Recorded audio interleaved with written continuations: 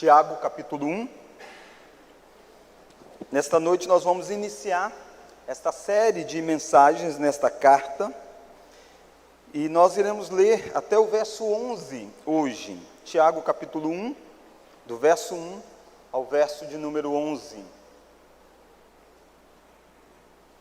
Diz assim: Tiago, servo de Deus e do Senhor Jesus Cristo, as 12 tribos que se encontram na dispersão, saudações.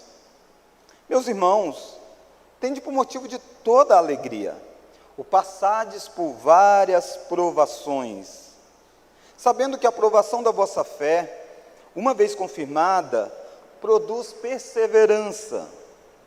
Ora, a perseverança deve ter ação completa, para que sejais perfeitos e íntegros, em nada deficientes.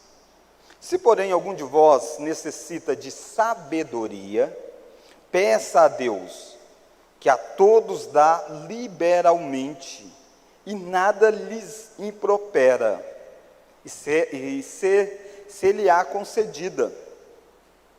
Peça, porém, com fé, e nada duvidando, pois o que duvida é semelhante à onda do mar, impelida e agitada pelo vento. Não suponha este homem que alcançará do Senhor alguma coisa. Homem de ânimo dobre, inconstante em todos os seus caminhos. O irmão, porém, de condição humilde, glorie-se na sua dignidade, e o rico na sua insignificância, porque ele passará como a flor da erva, porque o sol se levanta com seu ardente calor, e a erva seca, e a sua flor cai, e desaparece a formosura do seu aspecto. Assim também se murchará o rico em seus caminhos. Vamos orar? Deus, fale conosco através desta palavra do Senhor, que é inspirada, que é poderosa, que tem transformado vidas ao longo do tempo. Nos dê a graça, ó Deus, de beber um pouco mais daquilo que o Senhor tem para nós nestes textos. Que toda esta série de Tiago possa enriquecer a nossa vida, nos desafiar a olhar como tem sido de fato aquilo que nós professamos de religião, e que nós possamos demonstrar com a nossa vida aquilo que o Senhor tem feito em nós. Nos fale profundamente, nós pedimos isso com misericórdia e pela ação do Teu Santo Espírito. Oramos em nome de Jesus. Amém. Irmãos, então esta é uma carta, uma epístola pequena, não é uma epístola grande, ela tem 5 capítulos, e nós não vamos fazer 5 sermões, vamos fazer um pouquinho mais que isso, mas também não será muito exaustivo. E esta carta é uma carta extremamente prática. O que significa isso? É uma carta que Tiago vai partir do pressuposto de que os seus ouvintes já conhecem a mensagem. Ele está escrevendo para pessoas que se declaram convertidas, de pessoas que fazem parte da comunidade visível, que é a igreja. Então ele está escrevendo para pessoas que se declaram religiosos em Cristo. E ele quer levá-los a pensar se realmente eles têm vivido assim. E ele vai desafiá-los a mostrar a fé que eles declaram ter nas atitudes que eles possam fazer. Não é à toa que esta é a carta muito conhecida com a história da fé sem obra é morta. Há um capítulo em que ele vai desenvolver isso. Há um capítulo em que Tiago vai dizer assim: quer saber se a religião é verdadeira mesmo? Se você realmente professa a verdadeira religião, tem um teste para você. E ele vai citar lá os itens que nós iremos ver também. Então esta é uma carta que Tiago nos desafia. E interessante que quando ele vai caminhando nesta carta, ele cita a palavra Jesus poucas vezes na carta, mas ele termina com uma grande lição, dizendo para nós: humilhai-vos sob a poderosa mão de Deus. O que Tiago vai fazer, através de uma série de comandos, e alguns estudiosos pontuam que nesta carta, Tiago, em 118 versos, encontramos algo em torno de 59 ordens de Tiago, extremamente cheia de imperativos. E o que o Tiago quer, em última instância, nos conduzir a essa conclusão de que nós precisamos nos humilhar sob a poderosa mão de Deus. Porque nenhum de nós aqui fazemos o que Tiago diz aqui. Aliás, Tiago chega a dizer que aquele que não doma a língua, ele não está apto, e ele diz, ninguém é capaz de controlar a língua. Então essa série de imperativos vem para nos convocar a colocar a nossa fé em ação, mas passando pelo caminho de se humilhar sob a poderosa mão de Deus, porque só através da graça de Deus é que nós estamos nessa jornada cristã, e só através da graça de Deus é que nós podemos voltar e tentar novamente colocar em prática aquilo que Tiago tanto nos ensina. No decorrer da história, a carta de Tiago foi alvo de uma afirmação muito infeliz, por exemplo, de um grande teólogo, a quem nós gostamos e louvamos a Deus pela vida dele. Ele foi um instrumento de Deus, que foi Martinho Lutero. E Lutero fez uma frase muito infeliz. Ele disse que a carta de Tiago era uma epístola de palha, porque Lutero não conseguia compreender essa série de imperativos, essa série de ordens, e Tiago dizendo, olha, sem obras a sua fé é morta. Em vez de Lutero ter entendido isso como um complemento da doutrina da justificação pela fé, no primeiro momento ele achou que Tiago estava negando a doutrina pela fé. E aí Lutero então vai fazer essa famosa frase que Tiago seria uma epístola de palha, no sentido de que Tiago não é uma epístola verdadeira. Mas Lutero estava redondamente enganado. Você percebe claramente que Tiago é evangelho de Jesus Cristo. Tiago tem as boas novas, através dessa expressão, humilhai-vos sob a poderosa mão de Deus. Há uma palavra que restaura você. E a história está aí para provar que Tiago, de fato, não é uma epístola de palha.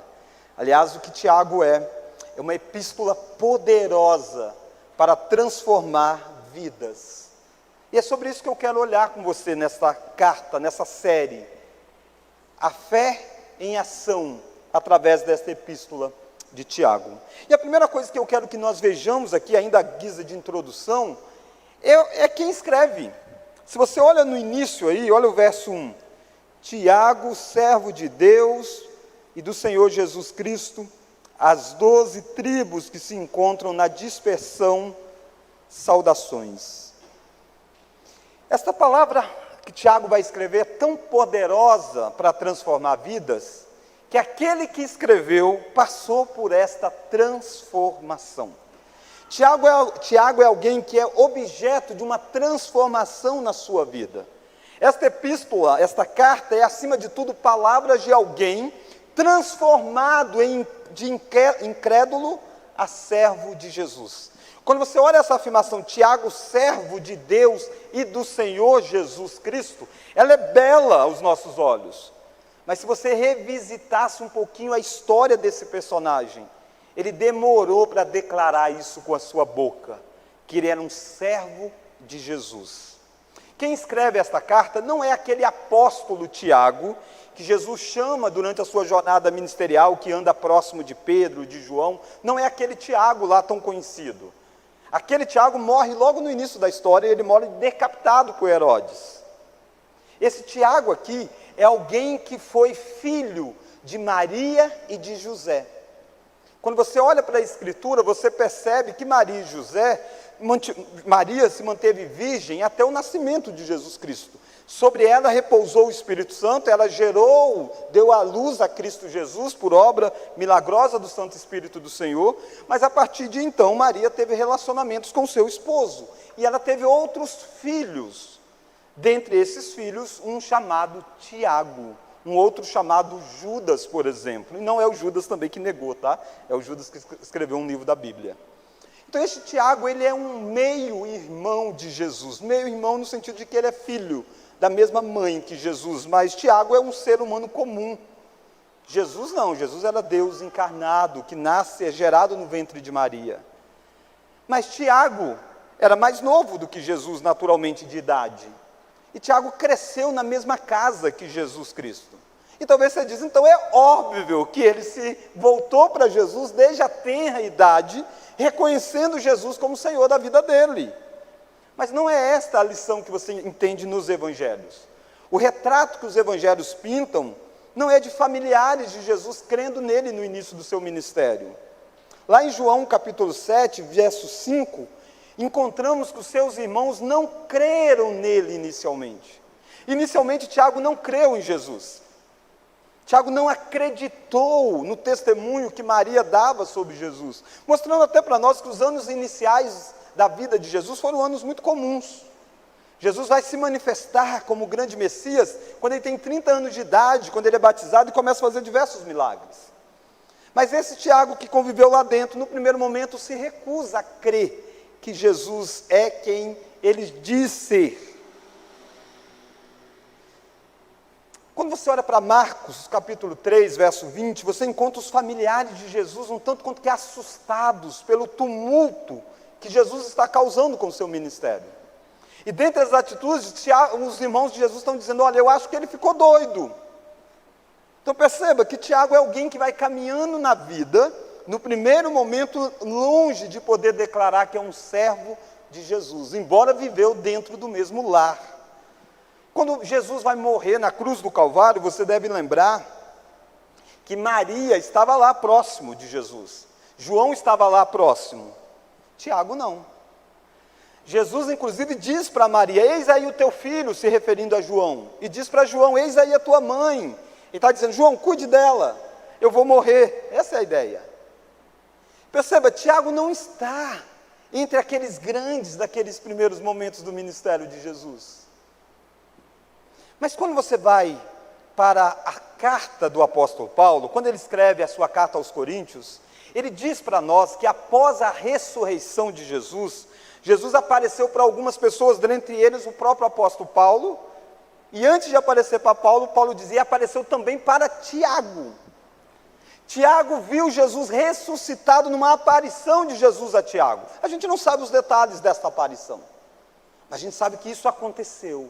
E aí você vai para o livro de Atos, você encontra esse Tiago temente a Jesus. Aquilo que nos evangelhos nós não vemos, a gente vê no desenrolar da história. Tiago é tão firme que ele passa a ser chamado de uma das colunas da igreja. Ele se torna um líder, principalmente entre aqueles judeus que se convertem a Cristo. Quando tem o primeiro concílio da igreja, lá em Atos 15, quem está liderando, de certa forma, este concílio é Tiago. E esse autor aqui, esse irmão de Jesus, meio-irmão de Jesus, ele é quem, inclusive, depois que Pedro fala, depois que João fala, ele diz, gente, vamos chegar à conclusão? Isso que está acontecendo, confere com as palavras da profecia. E é Tiago quem orienta a igreja no sentido de que o judeu não precisa ser circuncidado. O judeu também está sendo alcançado pelo Evangelho. Então este é um homem que passa por uma transformação de vida. De incrédulo, ele é alguém que agora, ao dirigir a sua carta, ele diz, Tiago, servo de Deus e do Senhor Jesus Cristo. Irmãos, há um texto que diz assim, que o profeta não tem honra na sua casa. A ideia de que pelo fato do profeta ser muito conhecido na sua região, muitas vezes as pessoas não o honram. As pessoas não atribuem a ele tudo aquilo que ele faz. Tiago poderia meio que dar uma carteirada e dizer, eu sou o meio-irmão de Jesus, hein? Eu sou o meio-irmão de Jesus. A gente nasceu da mesma mãe. Mas Tiago não faz isso. O Tiago transformado sabe quem é o Jesus. Jesus não é apenas o grande irmão dele. Não, Jesus é o Senhor dele. Pensa, daquele que achava que Jesus não era quem dizia ser, daquele que achava que Jesus estava um tanto quanto que louco nos seus feitos, para declarar que ele é o Senhor da vida dele. Há um grande caminho de transformação. Este é alguém que pode escrever esta carta inspirada pelo Espírito Santo, porque a mensagem que ele vai desafiar, primeiro transformou a vida dele. E ele iguala a pessoa de Jesus com a pessoa de Deus Pai. Perceba que ele se coloca na condição de servo dessas duas pessoas. Olha lá, verso 1 ainda. Tiago, servo de Deus e do Senhor Jesus Cristo. Ele está igualando Jesus Cristo com Deus Pai. Eu e você achamos isso tranquilo, porque a gente já tem anos de caminhada cristã. Mas para o judeu do primeiro século, isso era absurdo. Aliás, Jesus é crucificado, dentre as razões para isto, a principal delas era que ele se dizia ser Deus. E por isso que os escribas, os fariseus, articularam a morte de Jesus. Esse Tiago tem convicção absoluta que Jesus não é um irmão de sangue dele. Jesus é Deus, igual ao Pai. Por isso ele pode ser Senhor sobre a vida de Tiago. Por mais que eu e você tenhamos intimidade com Deus, e Deus nos chama a chamá-lo de Abba Pai, de Paizinho, saiba você que eu e você jamais deixaremos de ter um título de servo de Deus e do Senhor Jesus Cristo. O senhorio de Deus sobre a nossa vida precisa ser uma grande realidade, e a carta de Tiago vai mostrar isso, que Deus é Senhor sobre nós, e por isso Ele governa a nossa vida, por isso Ele ordena a nossa vida, por isso que é uma carta cheia de ordens, porque Deus é o Senhor sobre nós. Aquele que morre na cruz do Calvário, não morre só para ser um exemplo, não morre apenas para pagar os seus pecados, mas Ele morre também para governar sobre você, sobre eu, sobre nós. Nós precisamos reconhecer o senhorio de Jesus em todas as áreas da nossa vida. Este homem, Tiago, de fato vai ser marcado na sua vida por alguém que se submeteu ao senhorio de Jesus. A história diz para nós que Tiago ganhou um título, um apelido. Ele ficou muito conhecido como Tiago o Justo. Alguém para ser chamado assim de fulano o Justo, é porque a vida dele revela muito ato de justiça. A minha pergunta é, será que eu e você, a despeito do nosso passado, a despeito dos períodos de crises que talvez você teve na sua vida, como que você vai terminar a sua jornada? O poder transformador do Evangelho faz de um incrédulo inicialmente, de quem eu e você, talvez quando eu comecei a descrever, diz, como é possível o cara conviveu tão perto, ser tão incrédulo, terminar sendo conhecido como o justo. O justo. Tiago, de fato, demonstrou muitos aspectos de santidade na sua vida. Um historiador diz que Tiago era um homem de oração ao ponto dos seus joelhos terem muitos calos, e alguém chegou a usar a ilustração de que seriam parecidos com camelos. E Tiago foi morto de uma forma muito dura também. Tiago foi morto apedrejado pelos judeus. Segundo a história, ele foi morto fora do templo de Jerusalém, pouco antes da destruição do templo e da cidade, que acontece no ano 70. Alguns chegam até a dizer, e começou-se a criar uma lenda, de que a destruição do templo é também consequência pela morte de Tiago. O fato é que esse justo do Senhor escreve uma carta que transformou ele, a mensagem do Evangelho transformou, e ele escreve cartas que estão transformando pessoas. E nessa noite eu quero então olhar com você, depois dessa introdução geral da carta e de quem é este que escreve esta carta, sobre este aspecto de como que Deus nos ensina a passar pelas tribulações, provações da vida. Tiago escreve a um grupo que ele chama das 12 tribos que se encontram na dispersão. Lembra, Tiago está escrevendo primeiramente para judeus convertidos ao cristianismo. Teve judeus do primeiro século que se converteram ao cristianismo. Uma boa parte da igreja era judaica. E Tiago escreve com essas pessoas em mente. Por isso que ele vai citar a lei várias vezes. E ele usa uma das figuras mais lindas, a figura de que Israel é formado pelas 12 tribos. Nós vimos em Gênesis, nós fizemos uma série em Gênesis, como que formou as 12 tribos, como que nascem os filhos de Jacó. E Tiago usa essa metáfora para dizer quem vocês são.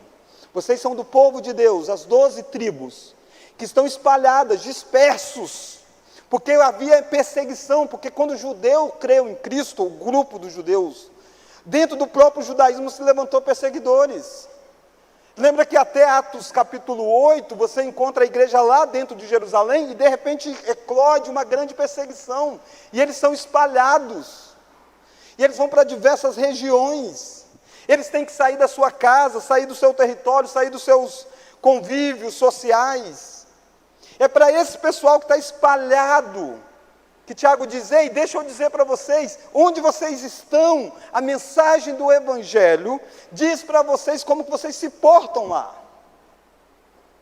Essa é uma mensagem de como passar pelas aflições, como ter sabedoria, como entender a relação de riqueza e pobreza, estando espalhados. Isso se assemelha muito conosco.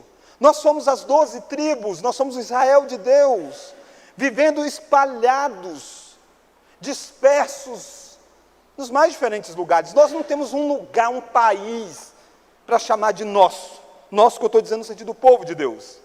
Há povo de Deus em todos os países, e o que eles estão, na verdade, é espalhados.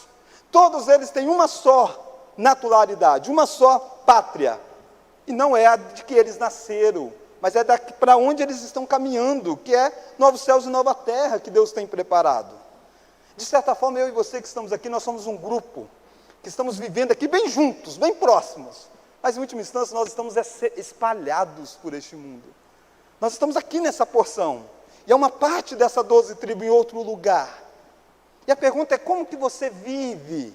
Como que você enfrenta as adversidades da vida, sendo parte dessa 12 tribos do povo de Deus?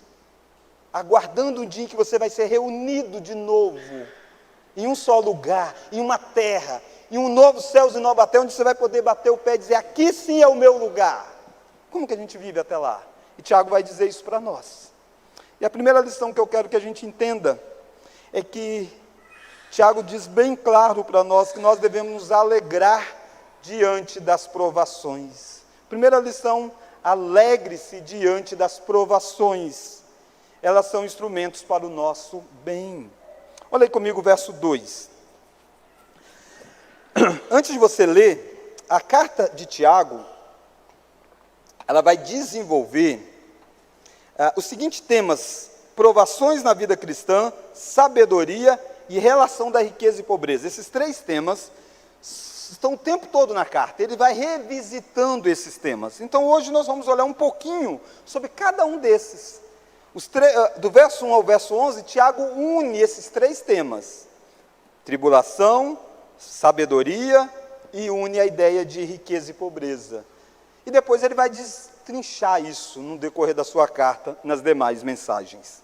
Então a primeira lição é esse chamado a se alegrar diante das provações. Olha aí comigo o verso 2.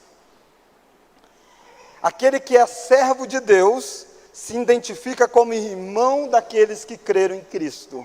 Olha lá o verso 2, vamos ler? Meus irmãos, tende por motivo de toda alegria o passardes por várias provações. Alegria e provação são 2 palavras que a gente não gosta de colocar junto, e parece que não tem como estar junto. Interessante que na carta de Tiago, há um capítulo lá na frente, em Tiago capítulo 4, que Tiago vai dizer assim: ei, pare de estar alegre, converta o riso de vocês em pranto, pare de ficar sorridente e comece a chorar. Sabe quando é que Tiago diz isso? Ele diz isso quando o mundanismo está crescente.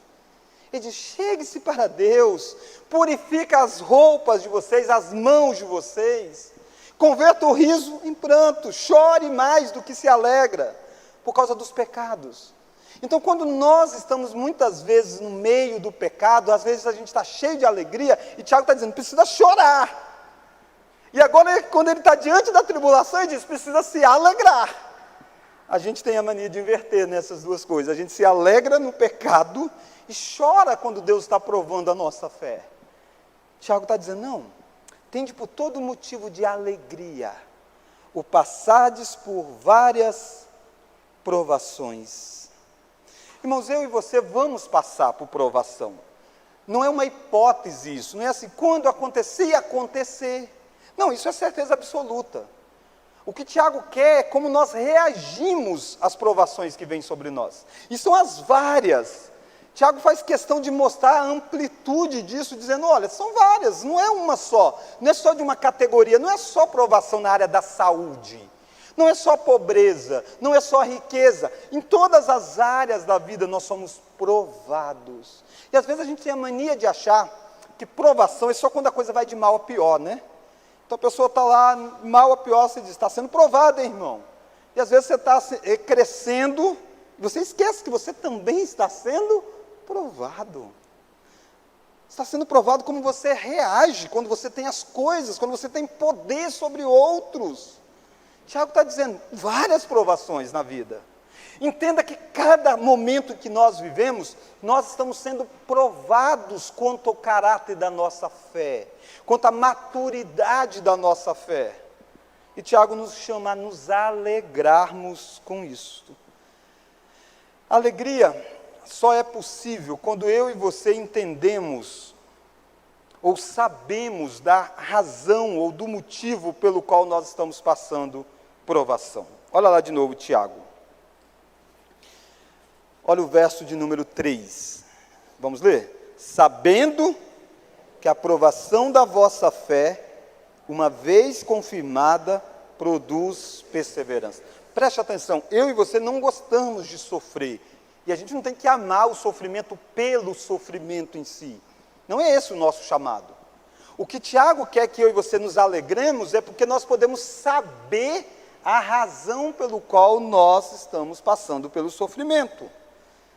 Sabendo que a provação da vossa fé faz algo. E a ideia de saber aqui não é um saber pela experiência. Há uma outra palavra, de saber pela experiência. Esse saber aqui é mais por saber por informação mesmo.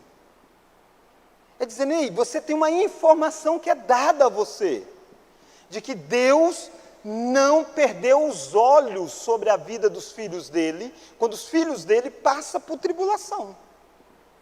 Então, todas as vezes que eu e você estamos sendo provados, mesmo que a gente não sente isso, mesmo que a gente não consiga meio que se apropriar disso, dizendo, tá bom, eu estou compreendendo tudo, eu sei exatamente o que está acontecendo. Não, não é isso. O Tiago está dizendo, puxe para a sua memória aquela informação que você tem, de que Deus é soberano e de que ao permitir que você passe por provação, Ele tem como objetivo dar um resultado com isso. Eu e você nos alegramos pela provação, não pela provação em si, mas pelo resultado que ela traz sobre nós. E o resultado está aqui muito claro. A ideia de produz perseverança. Deus não está muito preocupado em fazer com que a nossa jornada, até o dia em que Ele voltar, seja marcada por muita alegria, muita felicidade deste mundo, passageira. Ele dá muitas vezes, mas Ele não tem esse compromisso todo com isso. Deus está compromissado em nos tornar perseverante, nos tornar pessoas que estão debaixo de uma questão que consegue permanecer. A ideia de perseverança é a ideia de permanecer debaixo de algo até o final, sem sair, sem escapar. Tiago está dizendo, é isso que Deus quer fazer conosco. Deus quer que eu e você sejamos crentes maduros. Você tem filhos, você sabe que eles vão amadurecendo à medida que passam por algumas dificuldades. Às vezes você precisa deixá-los passar por determinadas dificuldades, e aí você chega com socorro. E aí sim eles vão crescendo em maturidade. Deus sabe a mesma coisa. Nós não somos muito diferentes do que nossos filhos. E Ele chega para nós, e Ele vai nos conduzindo, e dizendo para nós, você está diante de tal situação, daquela outra. O objetivo é tornar você perseverante no último dia. Mas no meio disso tudo, eu e você facilmente somos tomados pela murmuração. O texto de Coríntios que nós lemos na nossa confissão de pecados. Em vez da gente se alegrar que Deus está trabalhando em nós e através das circunstâncias na nossa vida, nós passamos a murmurar, a duvidar do amor de Deus, a duvidar da sabedoria de Deus. E nós não devemos murmurar. Nós podemos dizer que está doendo? Claro que podemos. Jó fez isso. E Jó é usado como exemplo de paciência, inclusive pelo próprio Tiago. Os apóstolos, os profetas do Antigo Testamento, disseram muitas vezes para Deus. O salmista muitas vezes abriu o coração para Deus. Mas o que eu e você não podemos jamais é tornar a nossa súplica em murmuração, em azedo do coração. A gente precisa dizer: Deus, está doendo, mas eu sei o que o Senhor está fazendo, eu sei para que o Senhor está fazendo. Como você reage sobre as várias tribulações, provações que você passa? Tiago faz questão de dizer várias para que inclua a sua nessa noite, a minha. Nós podemos colocá-la aqui e dizer: eu não sei direito por quê, mas eu sei para que eu estou passando por isso. Para revelar o caráter da minha fé, para purificar. Pedro usa a mesma linguagem. Pedro diz que nós estamos sendo purificados pelo fogo. É como se Deus vai tirar a impureza do metal precioso. E aí precisa colocar fogo para purificar. E fica só aquilo que de fato é precioso. Às vezes Deus precisa fazer isso. Vir tribulação, provação, para tirar de nós o amor por este mundo, pelas coisas deste século, para que nós terminemos a nossa jornada maduros. Mas será que eu e você somos alunos que entendemos este processo de Deus? Tiago, no capítulo, verso 4, vai dizer para nós, olha lá: ora, a perseverança deve ter ação completa, para que sejais perfeitos e íntegros, em nada deficientes. Ele não está dizendo de perfeição total, que nenhum de nós vamos atingir, mas ele está dizendo de maturidade. Ele está dizendo que o processo precisa ser completo, porque é fácil a gente começar a responder com alegria e com fé no início da provação. No início a gente até responde bem, mas às vezes o processo pode demorar alguns anos na nossa vida. Pode demorar um tempo maior do que aquele que nós esperávamos. E Tiago está dizendo: tem que ter ação completa. Não é no meio do termo que está resolvida a questão. A prova demora. Não é uma prova de 10 questões. Às vezes é um Enem da vida. É muitas questões. E a minha pergunta é: como você tem reagido às provações da vida? Jesus disse que nós a teríamos. Os apóstolos reafirmaram que nós a teríamos. A história mostra que você tem. A minha pergunta é só como você reage. A reação, ela é diferente. Não murmure contra a providência de Deus. Se alegre. Não porque você gosta de sofrer. É porque você sabe que Deus está trabalhando. E o resultado final vai ser alguém mais forte do que o início da história. Você é capaz de fazer como Jó fez quando ele foi passado por essa peneira de Deus, quando Deus o colocou para ser provado? Eu e você somos chamados por Tiago a se alegrar. Tiago lida não apenas se você vai passar ou não, mas como você vai sentir ao passar por isso. Sentir errado passa por não entender, por não saber, por não alimentar. Eu e você precisamos domar os nossos sentimentos por aquilo que é a palavra do Senhor. A Bíblia diz: guardo a tua palavra no meu coração para não pecar contra ti. Eu coloco na memória aquilo que me pode dar esperança, Jeremias diz. É Tiago dizendo para nós, sabendo disso. Lembre-se disso. Não seja conduzido pelas emoções, mas deixe a palavra nortear a sua vida, para que a sua emoção seja de acordo com aquilo que Deus quer que seja. De alegria por ter um Deus que não se esquece e não deixa de trabalhar em nós. Mas eu quero olhar a segunda lição. Se a primeira lição talvez colocou você na mesma situação minha, dizendo assim: é bonito falar, pastor, difícil é fazer, né? Tiago apresenta a solução para nós. E Tiago sabe o que é dor e o que é sofrimento, tá?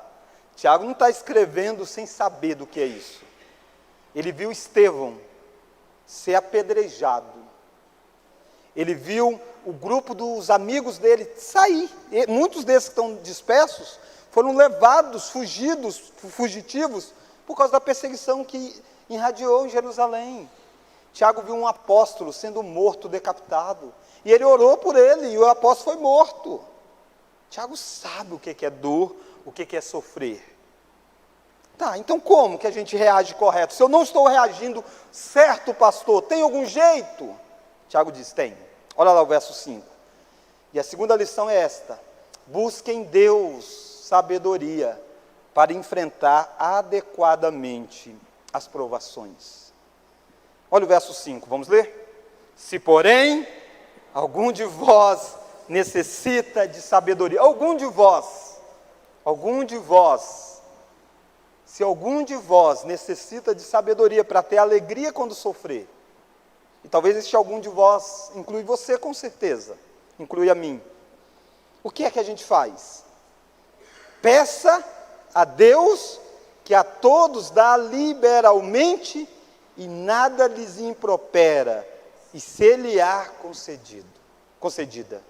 Irmãos, uma coisa que a gente pode ter certeza absoluta é que Deus, se nós pedirmos a Ele, Ele nos dará sabedoria para enfrentar as provações. E agora sim, essa sabedoria aqui é um pouco diferente da primeira, do sabendo, que era o conhecimento objetivo vindo sobre a nossa mente. Essa é a sabedoria que se manifesta na prática, ao tomar decisões, ao responder de acordo com aquilo que a gente crê. Se você necessita fazer isso de uma forma correta, ele diz, peça a Deus.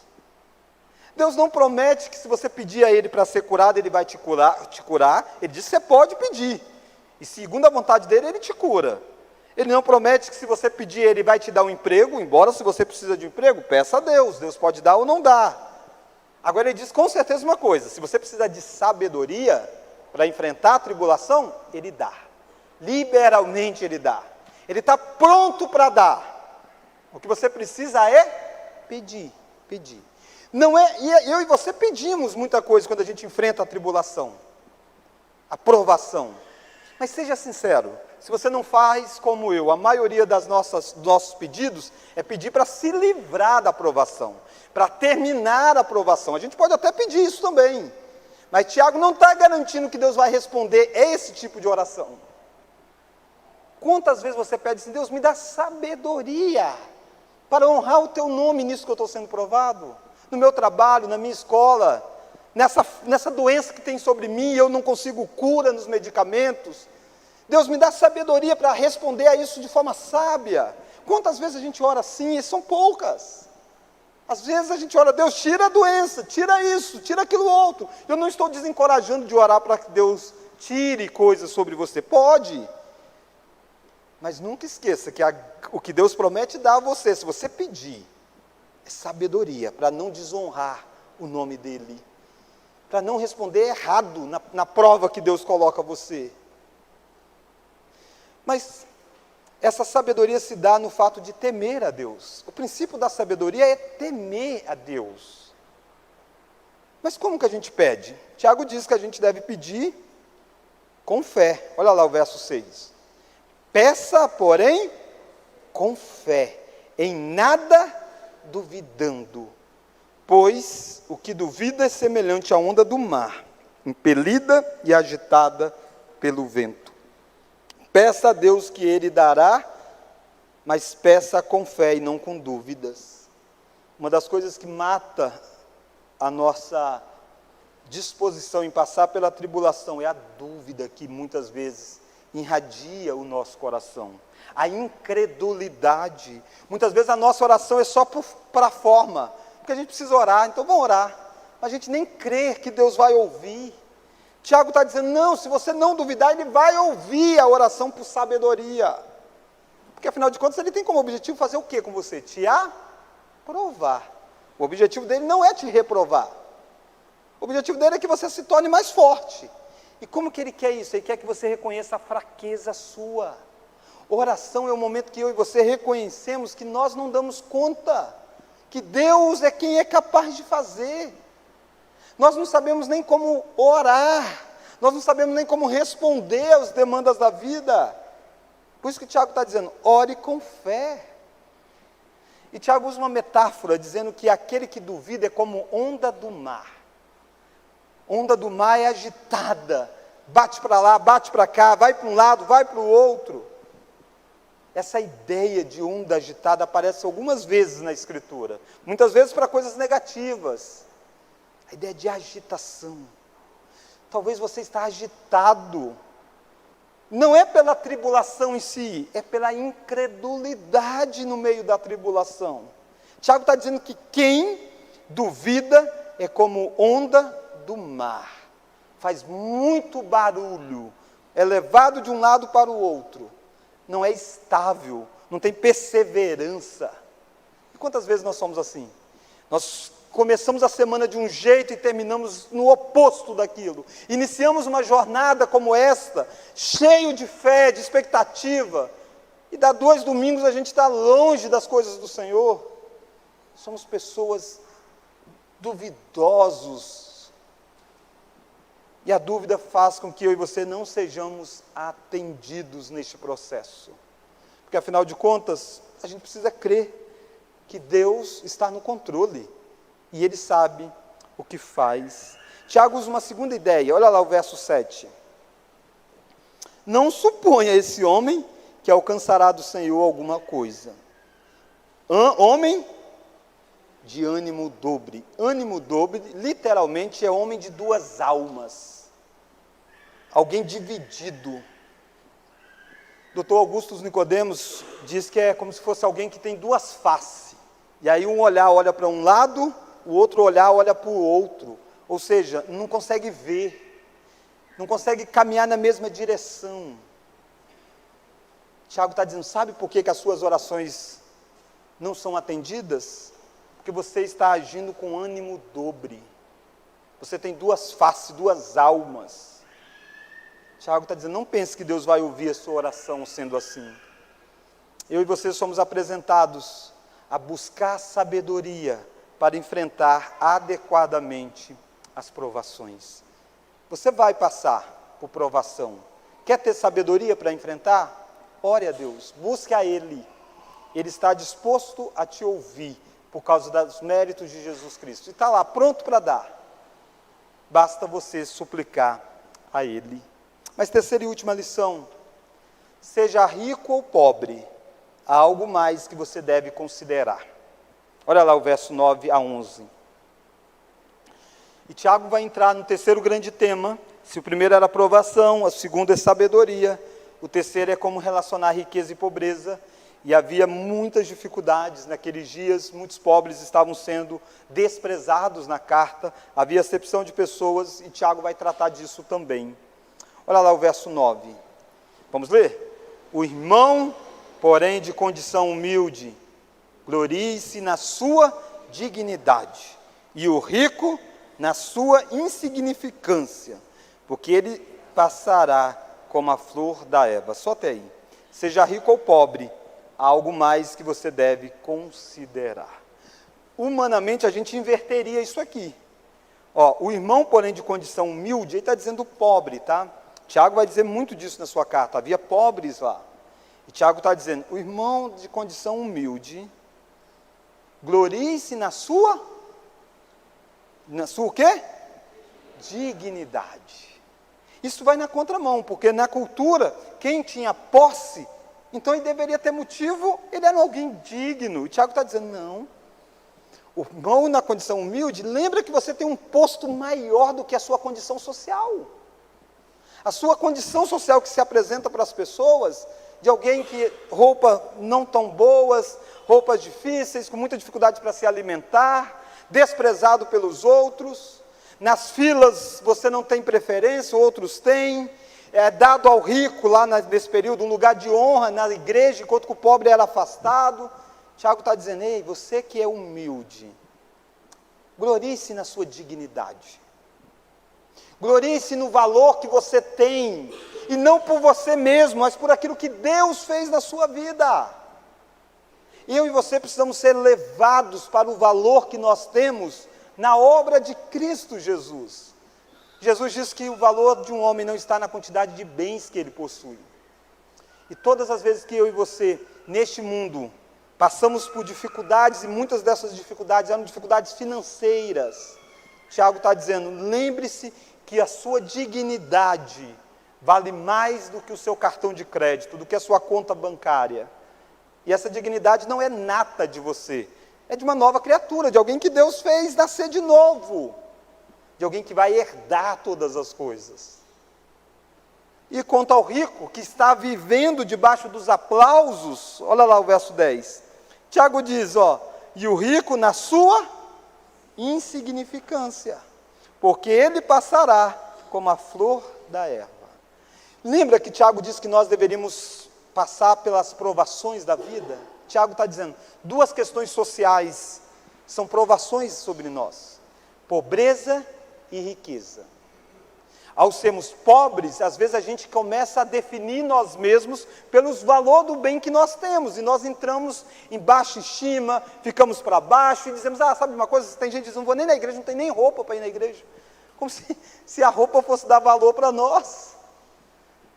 Tiago está dizendo, ei, o valor seu está em Cristo, na obra de Cristo. Mas para o rico que está acostumado a aplausos nesse contexto, Tiago diz, ei, lembra de uma coisa, da insignificância de vocês. Vocês não têm nada. O que você tem hoje, amanhã você pode deixar de ter. O valor de um ser humano não está na quantidade de bens que ele possui, volta para quem você é. Você é um sopro, acaba. E Tiago chega a usar essa expressão de que o sol se levanta em um ardente calor, e a erva seca, e a sua flor cai. Bonita, beleza a flor. Bastou um sol quente e morre. Tiago está dizendo, é assim. Perceba, irmãos, se você é rico ou se você é pobre, lembra que tem algo mais do que o seu status social. Você precisa glorificar a Deus. Você está sendo provado. Se você é rico, você está sendo provado em não confiar na riqueza. Se você é pobre, você está sendo provado em lembrar que a sua dignidade existe a despeito daquilo que os outros veem. Esses 3 temas vão ser revisitados na carta várias vezes: provação, sabedoria, riqueza e pobreza. Como você põe em ação aquilo que você crê? Louvado seja Deus que nós temos uma teologia muito boa. A gente crê que Deus é soberano, a gente canta isso. Está correto isso. Mas às vezes na primeira provação nós somos como onda agitada. Tiago está dizendo, a fé sem obras é morta. Tiago está dizendo, olhe e viva de acordo com aquilo que você crê. Talvez você precisa humilhar sob a poderosa mão de Deus, porque até hoje você tem sido reprovado nas provações que Deus administra sobre você. Mas você sai aqui dessa noite lembrando que há um caminho de oração para você, há uma sala aberta para você pedir a Deus. Você não precisa enfrentar a provação sozinho. Tiago está dizendo, só não duvide de que Deus está aqui ouvindo. Peça a Ele, e você verá sabedoria para ser aprovado. E Tiago olha para a vida e diz assim, pensa no status social que você tem. Você está sendo provado, tá? Deus está provando você com aquilo que você tem. E Deus quer que você veja que o seu valor está naquilo que Deus faz, e não naquilo que a sociedade diz que você e eu somos. Tomara que eu e você possamos nessa noite olhar para a pessoa de Jesus Cristo, aquele que era o Senhor da vida de Tiago. Lembra, esse homem, por muito menos, tinha virado as costas para Jesus, mas graças à transformação que o Evangelho fez na vida dele, ele pode escrever dizendo, peça sabedoria a Ele. O meu Senhor é mediador para orar por você e dar a você sabedoria. Peça sabedoria a Ele, que o meu Senhor, Ele é aquele que passou pelas provações da vida, e Deus deu a Ele o nome que está acima de todo nome, que é Jesus Cristo. Foi exaltado depois de todo o sofrimento que passou. Lembra que Jesus Cristo, mesmo sendo rico, se fez pobre, para que pudesse resgatar aqueles que não tinham nenhum valor, e dar a eles os tesouros escondidos do reino dos céus. Eu e você somos mais que vencedores, por causa do Senhor de Tiago. E este Senhor pode ser o seu Senhor, se você creu nele. Vamos orar? Deus, obrigado porque nós estamos debaixo do senhorio do Deus Pai e do Deus Filho. E este senhorio se manifesta sobre as nossas vidas nas mais diferentes formas, inclusive nos tornando, nos treinando a responder com alegria no meio das aflições. Talvez, Deus, muitos de nós aqui precisamos ser revisitados com a Tua graça, porque por mais que nós expressemos com a nossa boca, talvez o nosso coração está seco, talvez o nosso coração não tenha alegria por causa das tribulações e lutas pelas quais passamos. Nos faça, ó Deus, olhar para aquilo que o Senhor tem de propósito para nós. Obrigado, ó Deus, porque nós somos lembrados que o Senhor está disposto a nos ouvir, o Senhor quer nos ouvir na pessoa de Jesus Cristo. Por isso nos ensina, ó Deus, a ter sabedoria. Aumente a nossa fé, ó Deus, não deixe que nós sejamos pessoas de ânimo dobre, mas nos faça, ó Deus, ser pessoa olhando única e exclusivamente para o autor da nossa fé. Obrigado, ó Deus, pela condição financeira que o Senhor nos dá. O Senhor não nos deixa ter mais do que nós sabemos lidar com aquilo que o Senhor coloca diante de nós, e o Senhor também não nos deixa ter menos daquilo que nós necessitamos. Por isso, ó Deus, nos faça ver que o valor está naquilo que o Senhor faz em nós, e não naquilo que o Senhor nos dá. Obrigado porque o Senhor supre a nossa casa, supre a nossa vida. Obrigado porque o Senhor é o dono do ouro e da prata, mas obrigado porque o Senhor não nos trata consoante as riquezas, mas o Senhor nos trata na pessoa daquele que se fez pobre, que é Jesus Cristo. E nos ensine, ó Deus, a olhar para a obra de Cristo como a verdadeira riqueza que dá valor para nós. Obrigado porque o povo do Senhor é formado por ricos e pobres, e todos eles estão unidos no valor que a cruz dá, e não no valor conquistado pelas revoluções humanas. Nos ensine, ó Deus, a nos alegrar na condição em que nós estamos, cientes de que o Senhor está nos provando nesta condição. E nos ensina, ó Deus, a glorificar a Ti, de modo que o Teu nome seja honrado. Oramos tudo isso no nome da pessoa bendita de Jesus Cristo, que nós podemos dizer nessa noite que é o nosso Senhor. No nome dEle que nós oramos. Amém.